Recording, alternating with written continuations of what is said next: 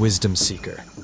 What if the greatest civilization of the Americas wasn't built with stone, but swallowed by trees? For centuries, it was called a myth, a lie. But what if it was real all along? In 1542, a conquistador claimed to have seen cities in the jungle, villages with roadways, towers, bustling markets. But no one believed him, because when others came, all they found was green silence. Now, 5 centuries later, science is proving him right. But what kind of people built this vast, vanishing world? And why did they disappear? This may be the oldest lost city we never meant to find. In western Brazil, a farmer clears land for cattle. He uncovers perfect circles carved into the earth, so massive they can only be seen from above. Archaeologists arrive. Then, they scan the forest canopy, and suddenly, roads appear, canals, pyramidal mounds, a network of lost cities. They called it Kuhikugu, but it was just the beginning. For centuries, the Amazon was drawn on maps as blank space. A place of mystery, yes, but not of meaning. Western scholars called it a green desert, too wild, too wet, too poor in soil to ever sustain a real civilization. To them, it was nature unspoiled, or worse, unchanged. A jungle untouched by time, populated by scattered tribes, moving lightly, without memory.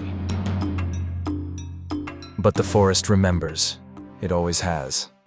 Long before Columbus set sail, long before Rome fell, people lived here, in numbers that dwarfed European cities. They farmed, traded, shaped the land, not by conquering it, but by listening to it. They carved gardens into the soil, built causeways that rose above floodwaters, and turned rivers into highways of culture. The myths, they were always there. The stories told by indigenous elders, of ancestors who built great roads, of cities made not of gold, but of knowledge and rhythm and ritual. But no one listened. Not because the stories were unbelievable, but because they didn't fit the world we thought we knew. So now, wisdom seeker, we must ask, were these tales just legends, or were they memories waiting to be unearthed? For centuries, the jungle was our blindfold, a curtain of green, too thick, too vast, too alive. What lay beneath was speculation and silence. But then came the light. LIDAR, light detection and ranging, a laser, shot from the sky, bouncing back with secrets. It doesn't care about trees. It sees through them, to the bones of the earth, to what time tried to hide. And suddenly, where there was only forest, a city emerged.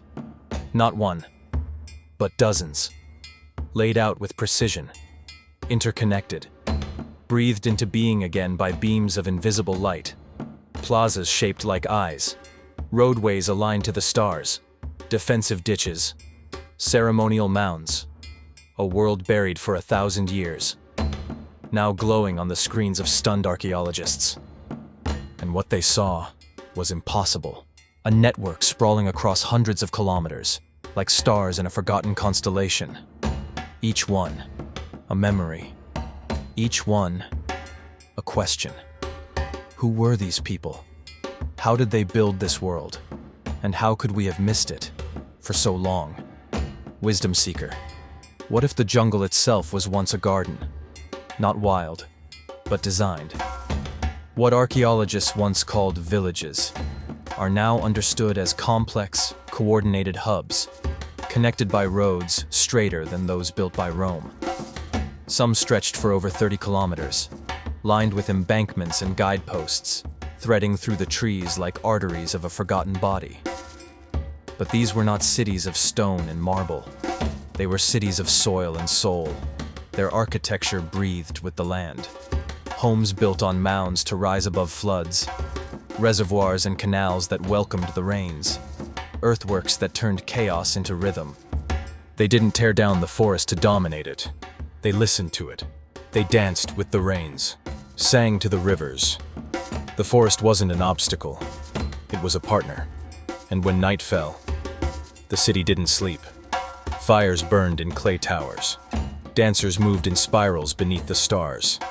Astronomers watched the skies from earthen platforms, measuring not just time, but harmony. No steel, no temples of marble. But make no mistake, this was a civilization, and its memory is written in every root, every mound, every whisper between the leaves. So why did we call it primitive? Perhaps because it didn't look like the civilizations we wanted to see. You've heard the legend, a city of gold, gleaming palaces hidden deep in the jungle, a kingdom so rich its ruler bathed in gold dust and washed it away in sacred lakes.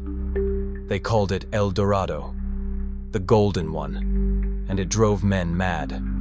Conquistadors marched into the jungle, chasing the glint of treasure on the horizon. One of them, Francisco de Orellana, claimed to have found it.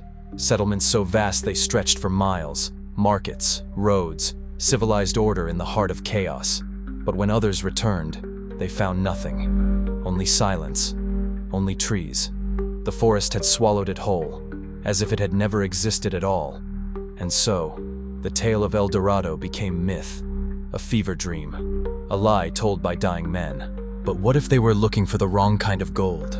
What if the riches they sought weren't metal, but knowledge, ritual, civilization shaped from earth, water, and time? What if El Dorado was real, but never meant to be found by those who came with swords?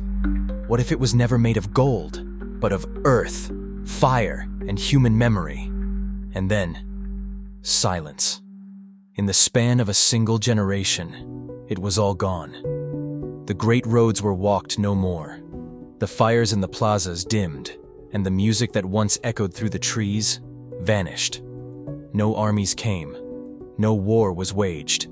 Only disease, carried like a ghost on the wind.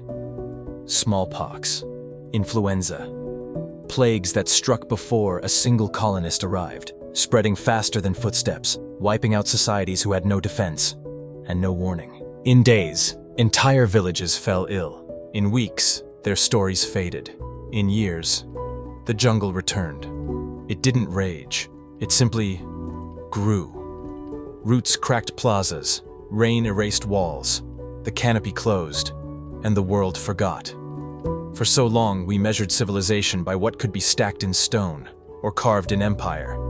We looked for marble columns, for iron weapons, for kings and cathedrals.